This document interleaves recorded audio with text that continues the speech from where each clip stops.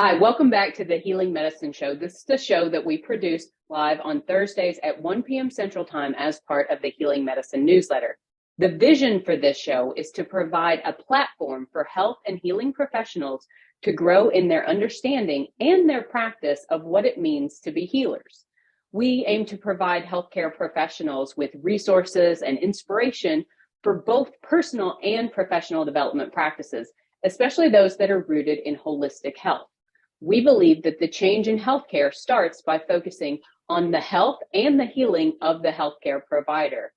Today, I am so excited to welcome friend, confidant, founder of the Happy PharmD, one of the pharmacist entrepreneurs that I look to and who really walks the walk when it comes to focusing on his own professional growth and development. And we've seen that in the wildly successful growth of the Happy PharmD. Today, we have Alex Barker joining us on the Healing Medicine Show. Alex, thank you so much for being here with us today. Thanks for having me. It's always a pleasure talking with you. Absolutely. So we first met, in the dark ages of the internet and online business. So it was probably 2016, 2017, somewhere around there? 2016, 2017 sounds about right. Yeah. Have you changed much since 2016? Just wondering. Well, I had a pharmacist once tell me that I'm not allowed to publish anything online until I move out of my parents' basement and grow a beard. Oddly enough, when I published that blog, I didn't have a beard and I was in my mother's basement because we were remodeling my home. So I took her advice to heart and look where I am now. Like, I'm super successful. I always say, listen to other people telling you what to do on the internet and you'll go far. No, especially your haters. They're the best ones for your mental health and your professional development. Exactly. Absolutely. Exactly. So I think that clearly, in order to be successful in business, successful professionally, your work, you help guide pharmacists into careers that they love. And I want to hear a little bit more about your journey of finding a career or really building a career for yourself that you love. But I'd like to start off this interview the same way we start off all of our Healing Medicine Show discussions, which is by asking you the question, what does healing mean to you? Well, I think healing means, for me, it's more about like optimal health. It's more about being in the right state of mind, spiritually, physically, and mentally. And what I think the well-being or the health wealth, kind of mindset misses too much is that in order to maintain that, it means we have to go through a little bit of pain. We have to go through a little bit of sharpening our edges, because without pressure, right, nothing can really become gold. Nothing can become that diamond or that gem. And while I wish I could say I've got the proven method for healing, right? Just take this pill, just do this exercise, just stop eating fast food all the time. I think it is a combination of both doing things that hurt us, waking up early at 5 a.m. like I just told Blair that I did this morning to work out. Oh, I hate it, but yet it brings me joy internally by maintaining a healthy body. So for me, it's all about optimal health. I love that. So you really see this as being more of a well-being conversation around health and healing.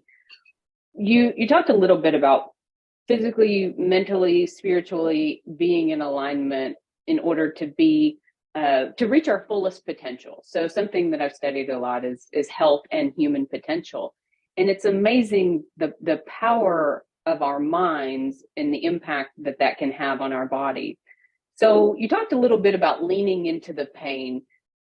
Give us some ideas of where was Alex at when you started the Happy PharmD? What did it look like to lean into that pain in order to transform, in order to move forward with putting yourself out there in an online business fashion? What did that process look like for you, and what were the biggest challenges you had to overcome? Yeah, I think the journey it really wasn't physical, but it was certainly mental and at most a spiritual journey. Um, I became very disengaged and burned out as a clinical pharmacist. I didn't enjoy my work. I had bullies at my job. I hated going in on Mondays. I had panic attacks on some days. I'd come home and I'd tell my wife, hey, just take the kids, because if I'm around them, I'm probably going to hit them. Like, and I love my kids, but I may make a mistake because I'm just mentally not in the right place. And there's this concept called the region beta paradox that talks about this. It's a phenomenon where if something is good, great. If something is bad, that's actually good, because then you can put forth the energy to fix it. But most people stay in this region beta where you're in a comfortable chasmness of complacency, and you sit there and you're like, it's tolerable. It's not bad. It's like the gal or guy who's in a relationship with someone and you're like, oh, that's not ideal. That's not good. That's not healthy, but it's better than being alone. So why change? And I think that happens to a lot of people in their jobs, where it's okay. You're making really good money. It's stressful. It's not something that you absolutely love. And things got so bad for a point for me that I started putting all my energy creatively into creating businesses. I sold stickers on Etsy. I sold baby strollers on Amazon. I created content and media online. I got into a franchise, and I learned coaching along the way as well.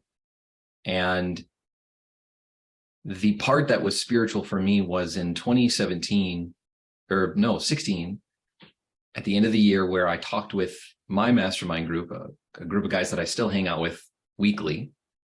And I told them, I'm ashamed. I'm ashamed that I've been doing this now for years and I'm no closer to my goal. And I think it has something to do with my shame around being a pharmacist. I felt betrayed by the profession. I felt like, what am I doing? I don't love this. I was told that I was going to love it. And here I am wanting to like abandon the profession entirely. And ultimately, I went through a very great healing process where I followed Gay Hendricks' model of coaching, where I leaned into my shame and I leaned into what I was running away from. And I can't describe it in words really, but by leaning into what I was embarrassed of being, I discovered that I could create a path in this direction. I could embrace this and accept this as a part of my identity, as to who I am at my core. And ultimately that created the Happy PharmD. I wasn't a Happy PharmD at the time, but I knew that I could help others become Happy PharmDs and ultimately get them jobs that they love.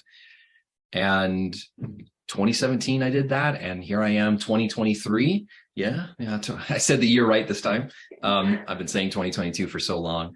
And now we've helped over 2,000 people. And what is amazing about that is that so many of these people were wondering, considering, should I leave pharmacy? Should I give this up? But 95% of them stay in the profession, and they now can say, I'm proud to be a pharmacist. And they go home to their families and their loved ones and their friends, and they're not freaking stressed out all the time. They're not complaining about their jobs. They love what they do. And that transformation for me, I'm not near Buddha, nowhere close to that, but it feels like finding one's purpose, like that powerful of a revelation. So I would say that's the journey I went on to find my own healing. I love that. And I think, I can definitely connect with that, because my identity was so wrapped up in being a pharmacist in order to give myself permission for what I really wanted to do, which is to be more in the business side of it, the entrepreneurship space. I had to make up this word, essentially, pharmapreneur, to describe really what I was stepping into. So, a lot of people ask me, like, I just want to enjoy what I do. How do you find your passion? And I think you answered that really well when you were talking about leaning into the shame and getting vulnerable with not only with yourself, but with other people and a group of people to finally be able to admit what it is you really want.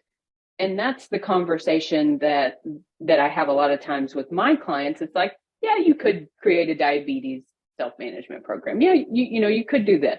But if you were to, I was to hand you a magic pen and you were to write down the type of clients you're working with, the types of conversations you're having with those clients, what comes out of that is a much more well-rounded experience for the patient than what we would traditionally think of as a medication therapy management review, a one-off thing. It's the connection to the patients that I think most of my clients and definitely me felt like was missing in my day-to-day. And that, what it looked like in practice, someone comes in and they say, Blair, what do you recommend for constipation? And I'm like, well, how much water have you drank today? How much movement, how much exercise have you had? What are you eating? Do you have a diet that's heavy in fruit and vegetables? And so the conversation began skewing much more towards a lifestyle medicine and lifestyle change. And what I began to see was that people did find value in that and value in that coaching, that consulting relationship with a client to say, here's some options, but you're the one that's also doing the work. It's an empowering conversation when you can help someone become a better parent and a better entrepreneur. And so, I think just giving yourself that gift of self-awareness of, I'm struggling with this thing because, so for me in entrepreneurship and being a mom of 3, I realized when I was with my kids, I was thinking about my business. When I was working on my business, I was thinking about my kids. And so my mind was always somewhere else. And that one step removed kept me from having real connected conversations. And so, that's one thing that I think from the coaching world, that if healthcare professionals were to integrate that more into their conversations, it would go a long way in helping to change outcomes. Yeah, if I can just reflect on a few things on what you shared. According to our research, and it's unpublished at this point, but the top 2 things that we know pharmacists care about, what brings the most satisfaction from their work, are their relationships and how they practice their soft skills in those relationships. It's not hard skills, it's not achievements, it's not meaning. Those are important, but the top 2 are relationships and how they interact with those relationships. And I hear a lot of that in what you're sharing, that seems to be missing from the model of our healthcare system. And I think it's a source for so much pain and anguish that people have. And because of the way the system is, it doesn't allow for relationships. In fact, it pushes that down, because there was just an article that came out about doctors that said, according to some guidelines that were just published, doctors needed to work 30 hours in one day. Like there was 30 hours of tasks that a single doctor had to do during a single shift.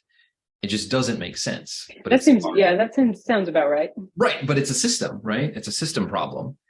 And one thing that you highlighted in your story too, that I know that we both do when we work with people as coaches, is that we have to get to the heart of the matter, right? People, they say things like, oh, I want a better job. I want better work hours. I would like to actually talk with patients. I'd like to actually do something that means something to me. but so few times do we talk to someone who's got such a clear understanding about what their strengths are, what their passions are, what they're curious about, what their values are, and what they want from their career, a vision, if you will, that most people go about rudderless, wondering, hoping that they can stumble upon a job. And it's sad because a lot of these people, they talk to people at conferences or on LinkedIn, and then they have this odd sensation where they talk with someone who loves what they do, and they ask them, how'd you find it? Oh, it just, opportunity kind of came. It just kind of popped up for me. And I think at the heart of this is, as you said, a lack of awareness for who people are and how they can fit into the job marketplace, not knowing what that path looks like. And it's why I have a coach. I mean, yeah, I'm not out there applying for jobs anymore. I've stopped that. I like my job now, but I have a coach to help me see where my blind spots are, both in my business, but also like mentally and spiritually. I mean, you know this too, that it's so easy to be stuck in your own head and not realize it, and then find out 3 months later that the decisions that you made in that improper mindset have led to not the greatest results, or there's negative consequences of that. I think I'll share this story. About a year and a half ago, my father was going through terminal brain cancer, and I had a panic attack during a meeting with a lawyer, and my parents. We were talking about his will and testament, and I had this panic attack within me because I was afraid for the business. I was worried about like it just not making enough money that month. And I remember we went to our favorite restaurant after this difficult meeting with a lawyer, and there was nothing like legal going on, just, my dad's dying, so I'm emotional. I'm not in the right mindset.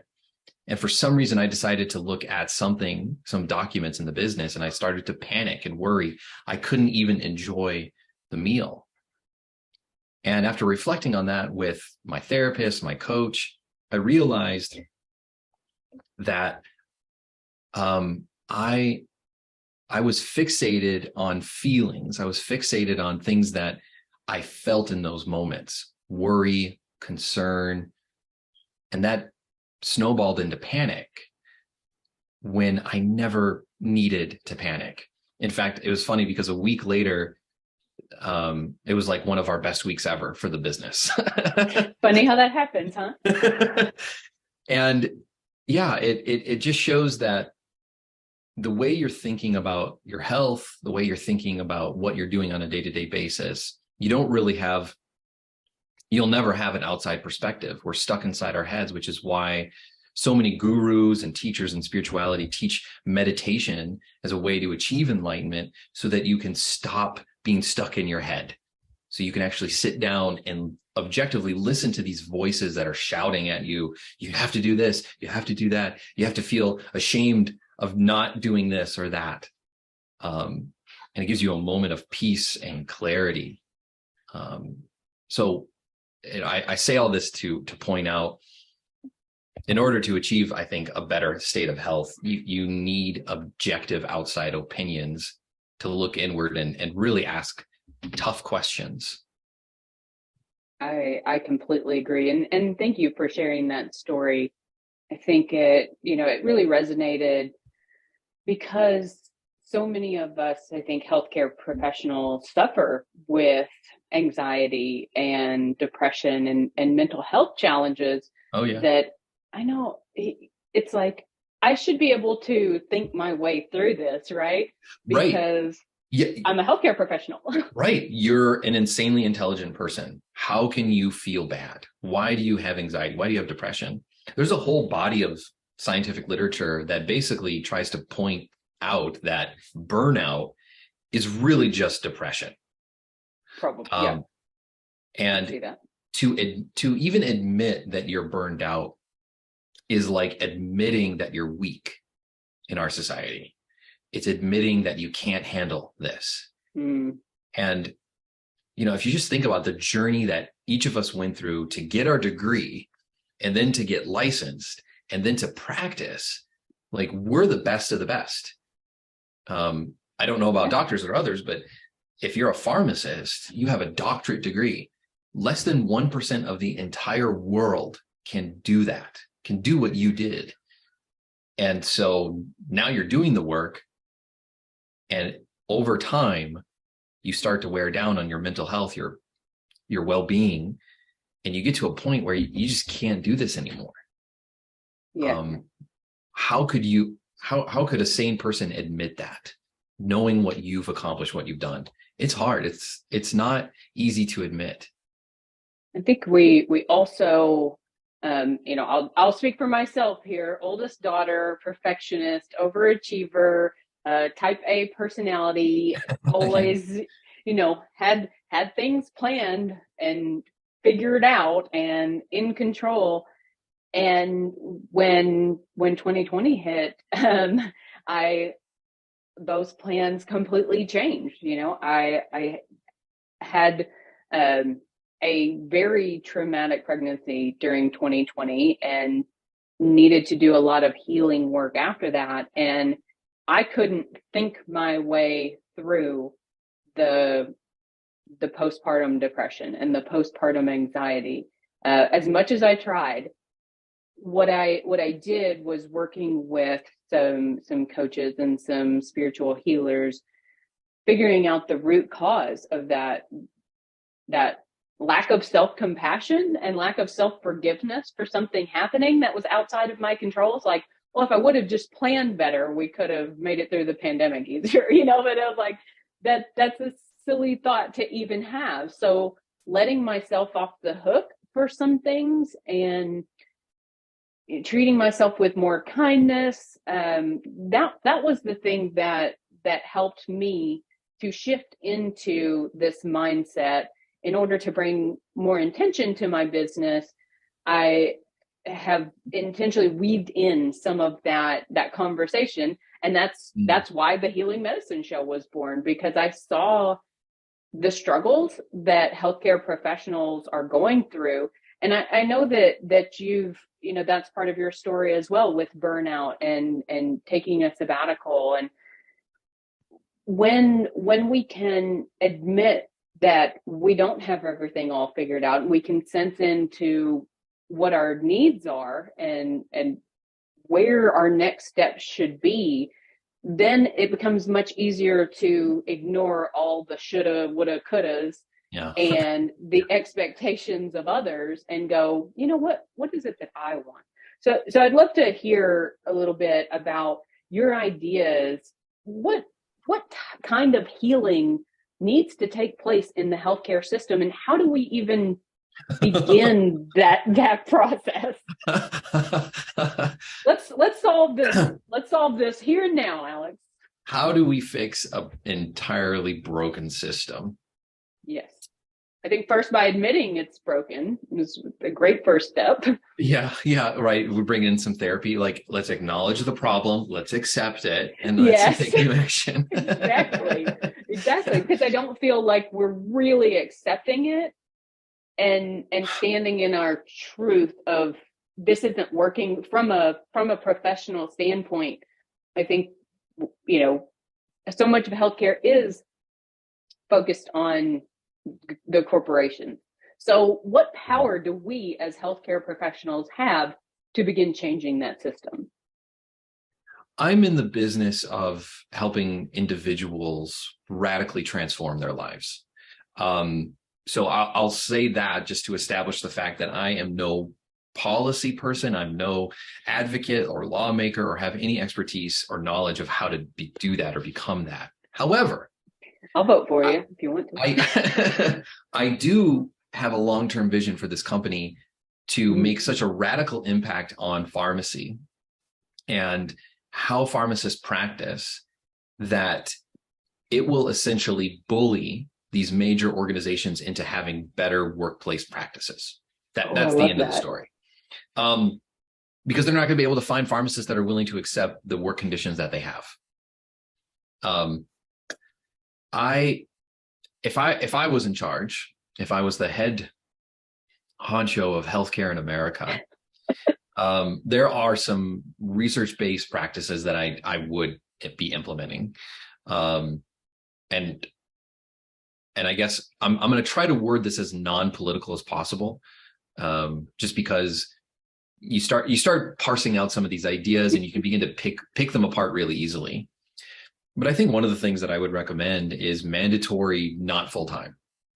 I do not believe doctors, pharmacists, nurses, all of us don't have enough time to recuperate what we just gave up through our work, through our shifts.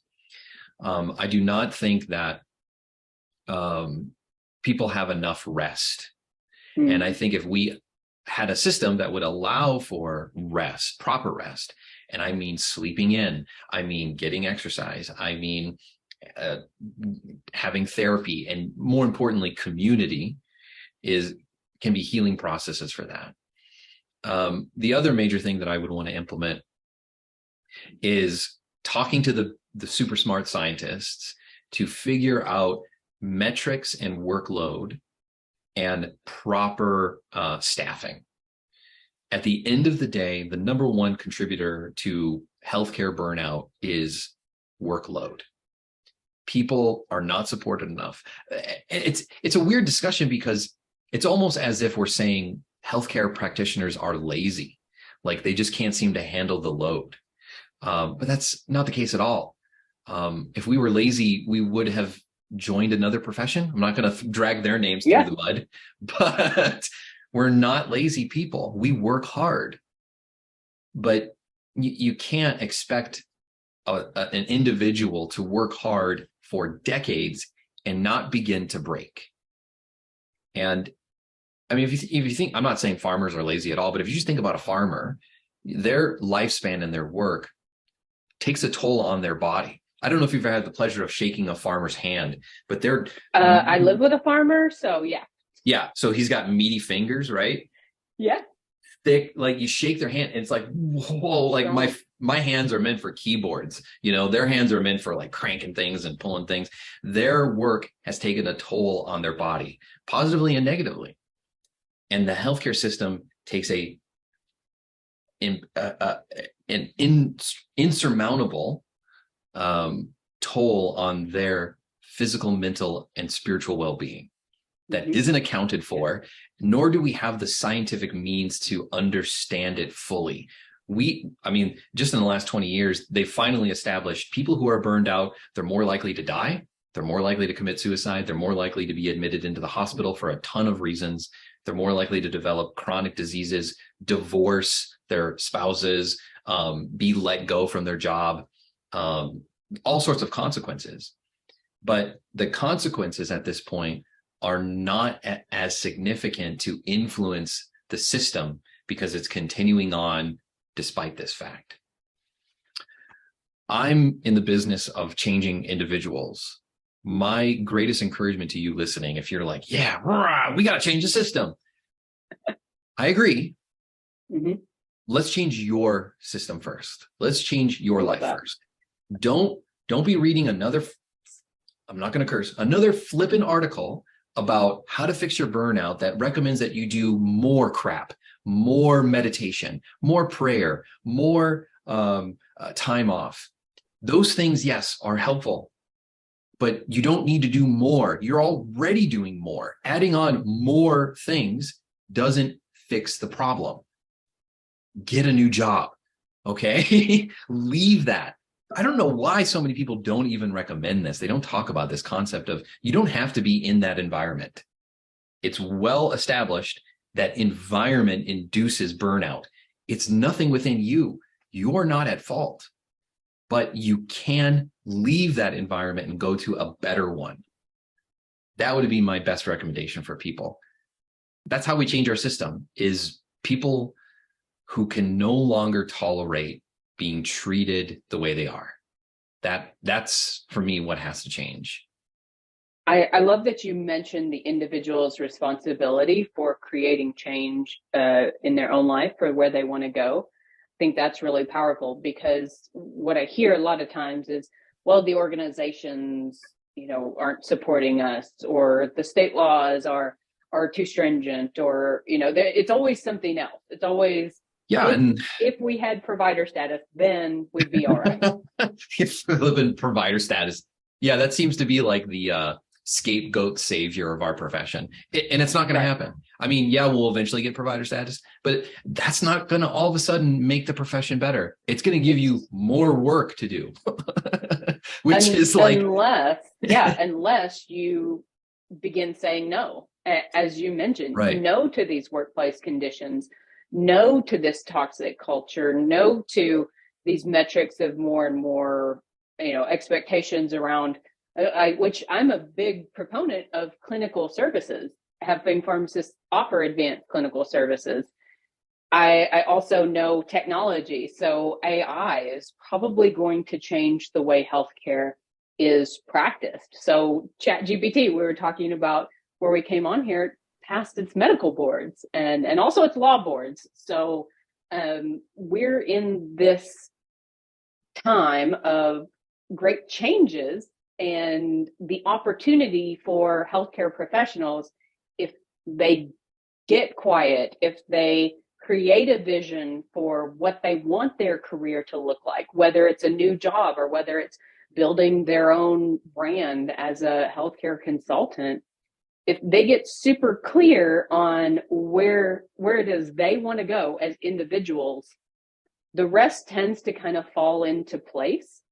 And one of the things that I really see, and you talked a little bit about your vision for changing workplace, is we're all leaders actually in our workplaces. So it's not that we should be doing more in our workplaces, but it's just changing the way that we want to practice. We want to interact with our coworkers, with our patients, and having the the fallback plan, essentially, whether it's a side hustle or whether it's a new opportunity to pivot into another career and into another job, that gives us a lot of freedom to negotiate, to stand in our own power and say no more. So what, final question here, doing this inner work you talked about has made you a better father, has made you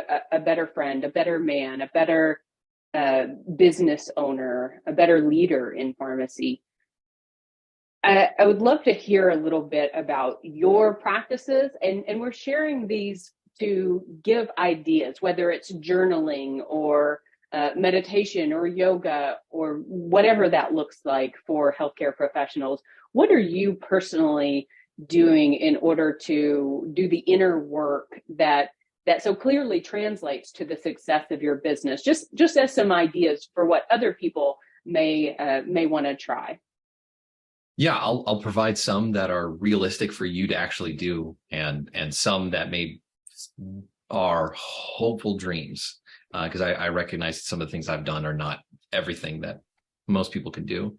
You mentioned earlier that I went on a sabbatical, and that was insanely transformative for me. I and my family, we drove around the entire country in one big loop. From shore to shore. We lived in a van and took off a little over 3 months. Oh, wow. Okay. Yep. We drove around and didn't do any kind of work.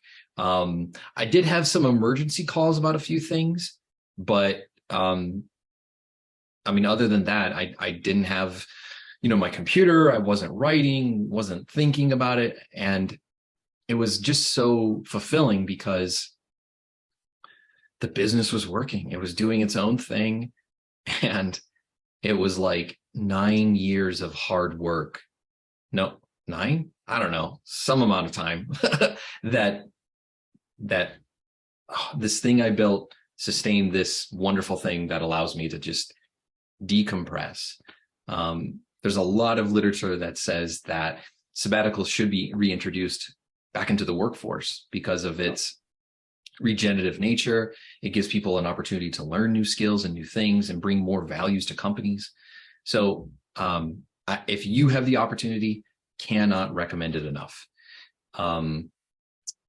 More practically, I think for most people, of course, I have a coach and therapist, and anyone can get one of those. But what's 100% free is Chat GTP. I love chat. I love it so much.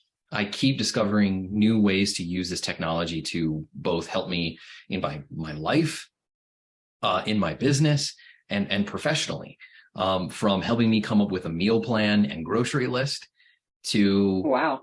Yeah, wow. Cool. And double wow, because my wife has some crazy genetic diseases that don't allow her to have like certain kinds of foods and vitamins even. And so it's able to pick out things that are not in it. Saves us so much time. But the thing that I've discovered recently, and it's really been very impactful, is that it's become my impromptu journal / life coach / therapist. So how I interact with it is, I usually, when I'm feeling down, demotivated, even depressed at times, I will write in it, and I have a prompt where I write out a certain command where I tell it to act in a certain way. And then I tell it what I'm feeling, and I talk about what I'm concerned about, what I'm worried about, what I'm feeling in these moments. And it interacts with me as a coach or a therapist, and it gives me feedback and questions to think about, to ponder and respond to.